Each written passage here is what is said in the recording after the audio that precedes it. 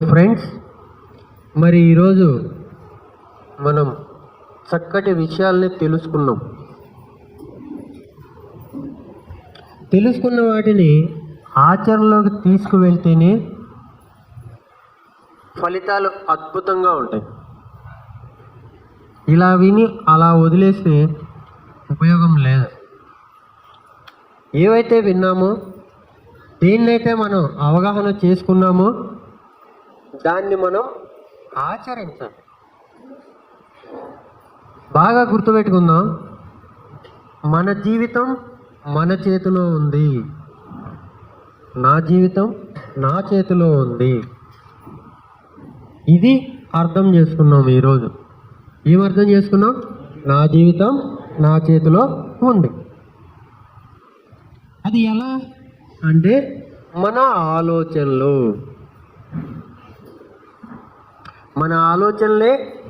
మన భౌతిక వాస్తవాలు. అందుకే పత్రిసారి ఏమన్నారు? ఆలోచన నోటి మాటగా మారుతుంది, నోటి మాటలే నుదుటి వ్రాతలు అన్నారు. ఆయన ఏమన్నారు? నోటి మాట నుదుటి వ్రాత అన్నారు. మరి ఆ నోట్లోంచి మాటలు ఎలా వస్తున్నాయి? ఆలోచనలు. దాని వెనక మూలం ఏముంది? ఆలోచన. ఆ ఆలోచన సరిగ్గా ఉంటే ఎలా ఉంటుంది, సరిగా లేకపోతే ఎలా ఉంటుంది, చక్కగా మరి రాము గారు వివరించి చెప్పారు. ఒకసారి వారికి గట్టిగా క్లాస్ కొడదాం.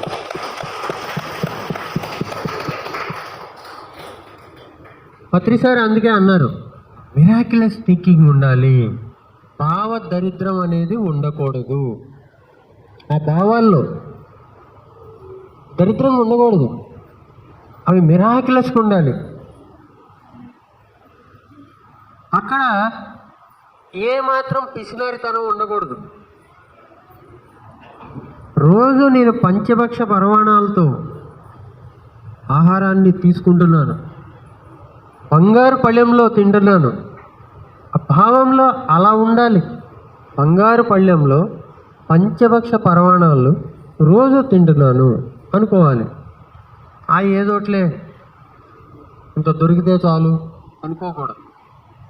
అంటే ఆ భావ దరిద్రం అనేది ఉండకూడదు. విరివిగా పిరమిడ్లు నిర్మాణాలకి విరివిగా విరాళాలు ఇస్తున్నాను అన్న భావంతో ఉండాలి. మళ్ళీ అక్కడ దరిద్రం ఉండకూడదు. అమ్మో ఇస్తే నా డబ్బులన్నీ అయిపోతాయి, అట్లా ఉండకూడదు. ప్రతిసారి ఎన్నోసార్లు చెప్పారు, భావ దరిద్రం అనేది ఉండరాదు. ఆలోచనలు మిరాక్యులస్గా ఉండాలి. అద్భుతంగా, బాగా అద్భుతంగా గొప్ప గొప్ప కళలు మనం కనాలి. లోక కళ్యాణార్థం గొప్ప గొప్ప కళలు కనాలి. ఇలాంటి ఈ పిరమిడ్ నిర్మాణాల్లో నేను భాగమై ఉన్నాను అనుకోవాలి. లోక కళ్యాణం కోసం జరిగే ఆ విశ్వ ప్రణాళికల్లో నేను భాగము. అలా గొప్ప గొప్ప కళలు కనాలి. లోక కళ్యాణమే మన కళ్యాణం. అంతేనే కదా, లోకమంతా సమస్త లోకం సుఖంగా ఉంది అంటే అందులో మనము ఉన్నామా? అనే కదా. సో భావ దరిద్రం అనేది పనికిరాదు. మిరాక్యులస్గా ఉండాలి, అద్భుతంగా ఉండాలి. మన శారీరక పరిస్థితులు ఎలా ఉన్నా సరే నేను సంపూర్ణ ఆరోగ్యంగా ఉన్నాను అనుకోవాలి. మన భావం అలా ఉండాలి. నేను సంపూర్ణ ఆరోగ్యంగా ఉన్నాను. అనారోగ్యాల గురించి ఆలోచిస్తే ఆరోగ్యం రాదు. ఆరోగ్యం గురించి మీరు ఆలోచిస్తే ఆరోగ్యం వస్తుంది. బాగా గుర్తుంచుకోండి, జీవితంలో మీకు ఏవి వద్దో వాటి గురించి ఆలోచించొద్దు. మీ జీవితంలో ఏవి కావాలో వాటి గురించి ఆలోచించండి. మన జీవితంలో మనకి కావలసిన వాటి గురించి ఆలోచించాలి, మనకి వద్దు అనే వాటి గురించి ఆలోచించొద్దు. రైట్? సో ఏది కావాలో దాని గురించి ఆలోచించండి, అదే జరుగుద్ది. ఏది కావాలో దాని గురించి ఆలోచిస్తే అదే జరుగుతుంది. కాబట్టి ఉన్నతంగా అద్భుతమైన ఆలోచనలతో మనం ఉంటే మన జీవితం అలాగే అద్భుతంగా ఉంటుంది. దరిద్రమైన ఆలోచనలు, దరిద్రమైన భావాలతో ఉంటే జీవితం అలాగే ఉంటుంది. ఇప్పుడు గడిపే జీవితం మనం కాదు, అది అలా ఉంది. ఎందుకు అలా ఉంది అంటే మన మానసిక పరిస్థితులు, మానసిక స్థితులు అలా ఉన్నాయి. ఆ మానసిక స్థితుల్లోంచి మనం ఉన్నతమైన స్థితులకు వెళ్ళాలి అంటే మనకి శక్తి కావాలి. శక్తి కావాలి. ఆ శక్తి ఎలా మనం అందుకోవాలి అంటే విశ్వ కళ్యాణంలో భాగమై ఉంటే మనకి ఆ శక్తి సమకూరుద్ది. విశ్వ కళ్యాణంలో భాగం అవటము అంటే ఇలాంటి పిరమిడ్లకి విరాళాలు ఇస్తూ, అలాగే ఆత్మజ్ఞానాన్ని ఈ పిరమిడ్ ద్వారా, ఈ పిరమిడ్ కేంద్రం ద్వారా ఏం జరుగుతుంది? ఆత్మజ్ఞానాన్ని అందరికీ అందించబడుతూ ఉంది. ఈ భూమి మీద అంతకు మించిన సత్కర్మ ఇంకోటి లేదు. ఆత్మజ్ఞానాన్ని అందించడాన్ని మించిన సత్కర్మ ఇంకొకటి లేదు.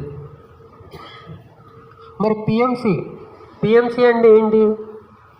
పత్రిజీ ప్రతిరూపం అన్నాం, అవునా కదా? పిఎంసి ద్వారా కొన్ని కోట్ల మందికి ఆత్మజ్ఞానం అందించబడుతూ ఉంది. అలాంటి పిఎంసిలో వర్క్ చేయడము అనేది మా మహద్భాగ్యంగా అనుకుంటున్నాం. ఎందుకు అంటే మామూలుగా మన జీవితం, ఆ జీవితంలో కుటుంబానికి కొన్ని సదుపాయాలు, కొన్ని అవసరాలు ఉంటాయి. భౌతిక జీవితాన్ని గడపడం కోసం, మన నిత్య అవసరాలు తీర్చుకోవడం కోసం మరి ఏదో ఒకటి చెయ్యాలి కదా. ఒక వ్యాపారమో, ఒక ఉద్యోగమో ఏదో ఒకటి చెయ్యాలి. అది చేస్తూ ఉన్నంతసేపు మన కుటుంబ ధర్మాన్ని నెరవేరుస్తున్నట్టు. ఈరోజు ఆ ఉద్యోగం మరి నాకు పిఎంసిలో దొరికింది అంటే నా కుటుంబ ధర్మాన్ని నెరవేర్చడం కోసం ఏదైతే నేను చేస్తున్నానో అదే ఒక సత్కర్మ అయ్యింది. పిఎంసిలో పనిచేయడం ద్వారా ఏం జరుగుతుంది? ప్రపంచానికి ఆత్మజ్ఞానం అందించబడుతుంది. నువ్వేంటి ఎన్ని తెచ్చావు? మంత్రాలు వేసి తీస్తున్నావా ఏంటి సంచిలోంచి?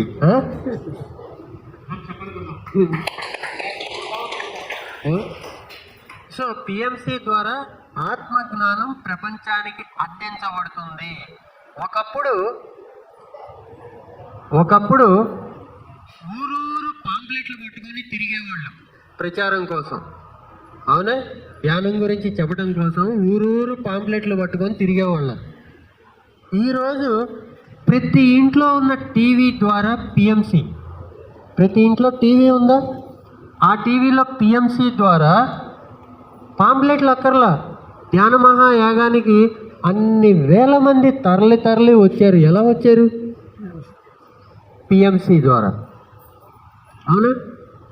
పత్రిసారి శరీరాన్ని వదిలిన సంవత్సరం అంటే మొన్నగా జరిగిన ధ్యాన మహాయాగం కాకుండా ఆ ముందు సంవత్సరం, అంతేనా? పత్రిసారి లేరు, ధ్యాన మహాయాగం ఎలా జరుగుద్ది అన్న అందరికీ అదొక సందేహం ఉండేది. కానీ పత్రిసారి ఉన్నప్పుడు ఎంత వైభోగంగా జరిగిందో అంత వైభోగంగా ఆ సంవత్సరం ధ్యాన మహాయాగం జరిగింది. కిందటి సంవత్సరం కూడా ధ్యాన మహాయాగం అంతే వైభోగంగా జరిగింది.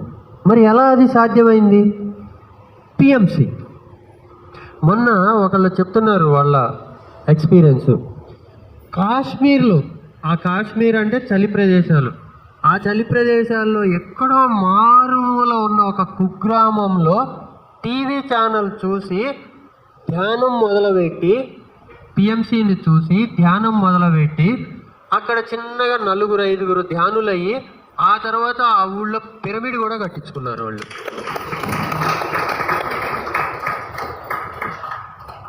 అంటే పిఎంసి చూడండి ఎంతగా అది అలా ధ్యానాన్ని తీసుకువెళ్తుందో, అర్థమైందా?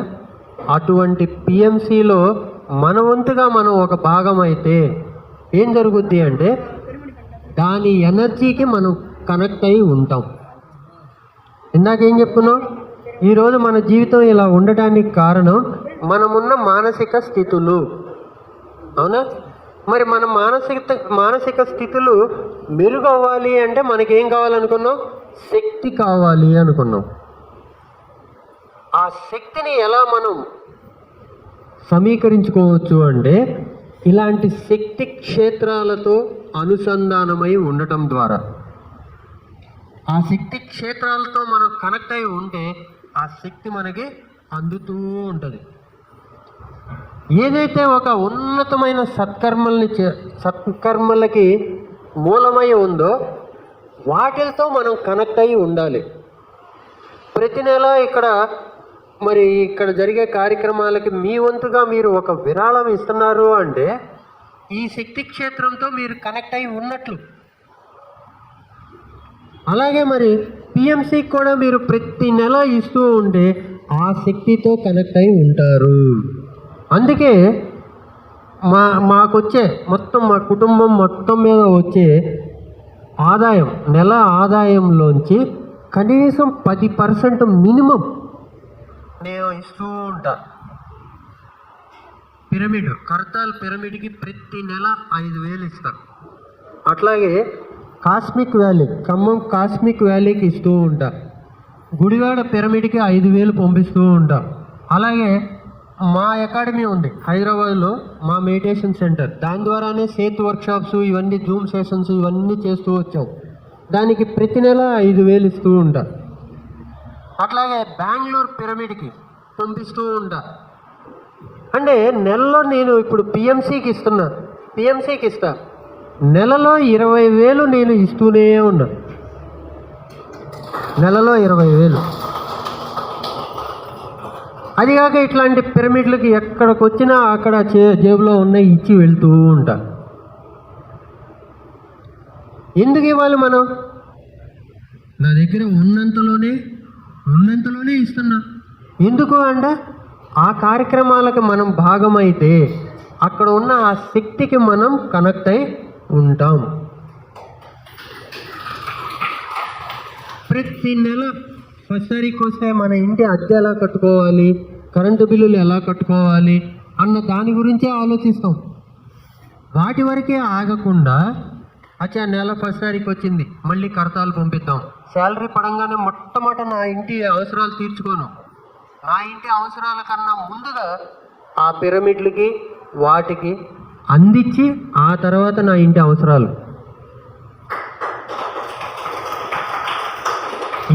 ఏం ఆశిస్తున్నాను అంటే ఆ శక్తికి నేను కనెక్ట్ అయి ఉండాలి. ఆ శక్తికి నేను కనెక్ట్ అయి ఉంటే నా మానసిక స్థితులు ఉన్నతంగా ఉంటాయి, నా ఆలోచనలు ఉన్నతంగా ఉంటాయి, అప్పుడు నా భావాలు ఉన్నతంగా ఉంటాయి, అప్పుడు నా పనులు ఉన్నతంగా ఉంటాయి, దాని ప్రతిఫలాలు ఉన్నతంగా ఉంటాయి. అంతే. మరి మీరు అలా ఉన్నతమైన జీవితాన్ని గడపాలి అంటే ఈ మాయా జగత్తులో అంత సులభం కాదు. దానికోసం మనం శక్తిని సమీకరించుకోవాలి.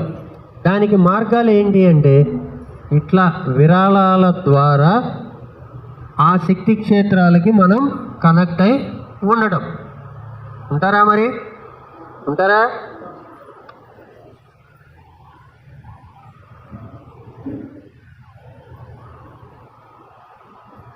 ఉంటామని గట్టిగా వినపడలా నాకు. మన మనసు ఆడే ఆటని గమనించండి.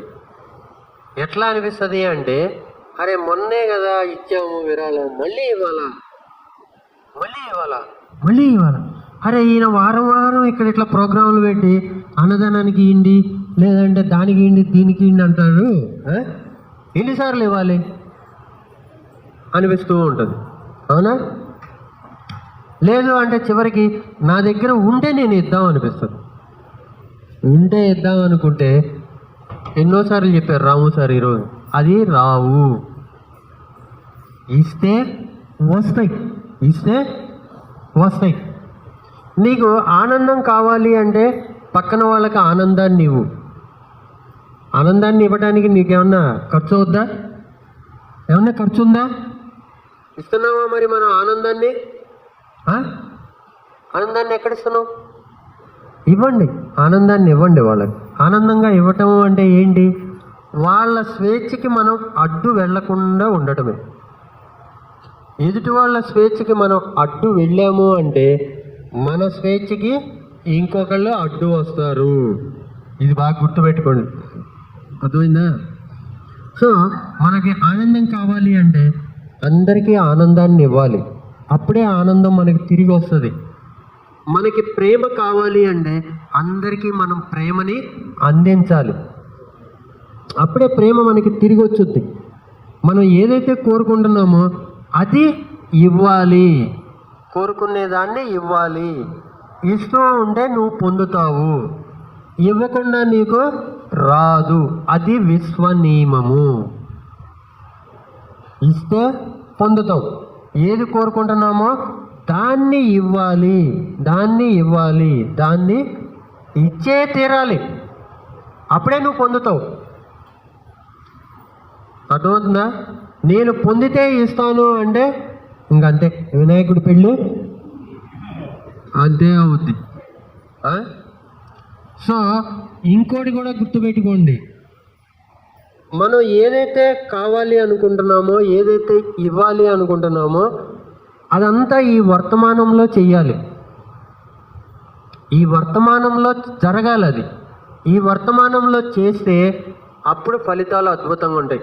రేపు చేద్దాం, రేపు చేద్దాం, రేపు చేద్దాం అనుకుంటే నీ ఆలోచన రేపులో పెట్టావు అంటే, నీ ఆలోచన రేపట్లో పెట్టాము అంటే ఇంకా ఎప్పటికీ నువ్వు దాన్ని పొందలేవు, ఎప్పటికీ దాన్ని నువ్వు పొందలేవు.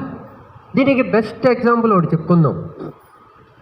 ఏమ్మా ఎందుకు అలా ఉన్నావు అంటే, మా అమ్మాయి పెళ్ళి అవ్వలేదండి, పెళ్ళి అయిపోతే నేను సంతోషంగా ఉంటా. నీ సంతోషానికి మీ అమ్మాయి పెళ్ళికి అసలు ఏమన్నా సంబంధం ఉందా? ఆ పెళ్ళి అయితే నేను సంతోషం, పెళ్ళయింది, ఏమ్మా అప్పుడు సంతోషంగా ఉన్నావా అంటే, ఎక్కడండి మా అల్లుడు మా అమ్మాయిని సరిగ్గా చూసుకోవటం లేదు. అదేంటమ్మా అప్పుడు పెళ్ళైతే సంతోషం అన్నావుగా? ఒకదానికి ఇంకోదానికి ఏదో జరిగితే నేను సంతోషం, ఏదో జరిగితే నేను ఆనందంగా ఉంటాను అన్నది పుట్టే భ్రమ. అది అంటే ఎక్కడుంది? భవిష్యత్తులో ఉంది. నీ సంతోషం ఎక్కడుంది? భవిష్యత్తులో ఉంది.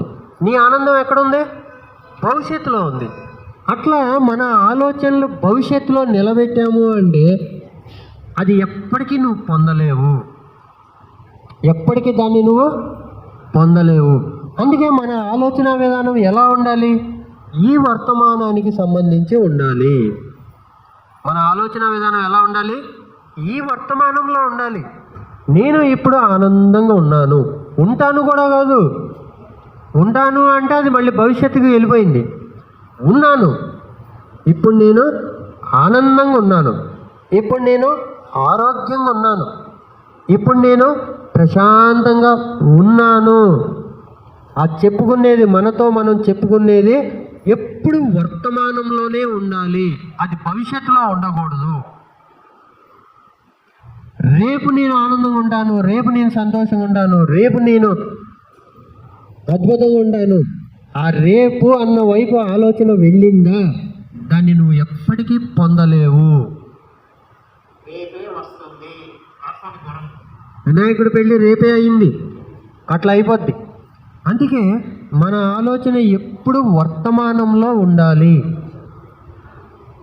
అర్థమైందా? ఏదో జరిగితే నేను ఇలా ఆనందంగా ఉంటాను, రాంగ్. ఏదో జరిగితే ఉంటాను, అది జరిగితే ఉంటాను అనేది తప్పు, తప్పుటి ఆలోచన. ఇప్పుడు ఏం జరిగినా ఏం జరగకపోయినా ఒకటే నిర్ణయం, దృఢమైన నిర్ణయం. ఏంటి ఆ నిర్ణయం? ఆనందంగా ఉన్నాను, ఆనందంగా ఉన్నాను, ఆనందంగా ఉన్నాను, ఉంటాను కూడా కాదు, ఉన్నాను. ఏది జరిగినా జరగకపోయినా ఆనందంగా ఉన్నాను. నిర్ణయించుకో, ఆనందంగా ఉండటానికి నువ్వు నిర్ణయించుకో, ఆనందంగా ఉండగలుగుతావు. ఆనందంగా ఉండటానికి ఏవో జరగాలి అని లింకులు పెట్టావా, అయిపోయినట్టు. నీ ఆనందానికి దేంతోనో లింకప్ చేసావా, నువ్వు అయిపోయినట్టే. అర్థమైందా? సో ఆనందంగా ఉండటానికి నిర్ణయించుకో, ఆనందంగా ఉండగలుగుతావు. ఆరోగ్యంగా ఉండడానికి నిర్ణయించుకో, ఆరోగ్యంగా ఉండగలుగుతావు. ప్రశాంతంగా ఉండడానికి నిర్ణయించుకో, ప్రశాంతంగా ఉండగలుగుతావు. ఆ ప్రశాంతంగా ఉండటానికి ఏదో జరగాలి అని ముడిపెట్టావా, యు ఆర్ గాన్. ఇంకా అంతే, అయిపోయినట్టే నీ పని. సో మన ఆనందానికి, మన ప్రశాంతతకి, మన ఆరోగ్యానికి, మన సంపదలకి వేటికి కూడా దేంతోనూ ముడిపెట్టకూడదు. ఇవన్నీ మన నిర్ణయాలు, ఇవన్నీ మన నిర్ణయాలు. మనం దృఢంగా నిర్ణయించుకుంటే దానికి తగ్గట్టే మన జీవితం అంతా మారుద్ది.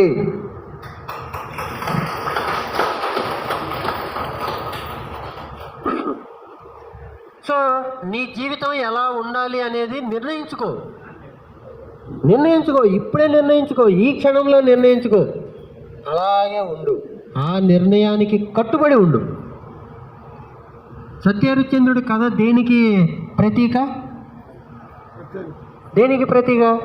ఆడిన మాటని తప్పరాదు. అవునా? సో నువ్వు ఏ నిర్ణయాన్ని అయితే తీసుకున్నావో దానికి కట్టుబడి ఉండు, అంతే చేయాల్సింది. ఆనందంగా జీవిస్తాను అని నిర్ణయించుకో, ఆనందంగా జీవించటానికి సిద్ధంగా ఉండు. అసలు ఆనందంగా జీవించడానికి సిద్ధంగా ఉన్నామా? మనం ఉన్నామా ప్రశాంతంగా జీవించడానికి? చూడండి, కావాలంటే ఏదన్నా ప్రశాంతంగా ఉందనుకోండి, ఆ రోజు మనసంతా శూన్యంగా ఉంది, చాలా ప్రశాంతంగా ఉంది. అప్పుడు ఏమనిపిస్తుంది? ఏంటి అసలు ఏం తోచట్లేదు ఇవాళ, ఏం తోచట్లేదు అని చెప్పి ఏం చేస్తారు? టీవీ పెడతారు. అంటే నువ్వు అలా ప్రశాంతంగా ఖాళీగా ఉండటానికి సిద్ధంగా ఉన్నట్ట లేనట్ట? అంటే ఎప్పుడు నీకు ఏదో ఒకటి కావాలి, ఒకటి ఒక అలజడి కావాలి, ఒకటి ఏదో ఒకటి లోపల నువ్వు కోరుకుంటున్నావు. అట్లాంటిది కోరుకుంటున్నప్పుడు నీకు ఇంకా ప్రశాంతత ఎలా ఉంటుంది? అవునా కదా? సో ఆ ప్రశాంతంగా జీవించడానికి మనల్ని మనం సిద్ధం చేసుకోవాలి. ఆనందంగా జీవించడానికి మనల్ని మనం సిద్ధం చేసుకోవాలి. ఆరోగ్యంగా జీవించడానికి మనల్ని మనం సిద్ధం చేసుకోవాలి.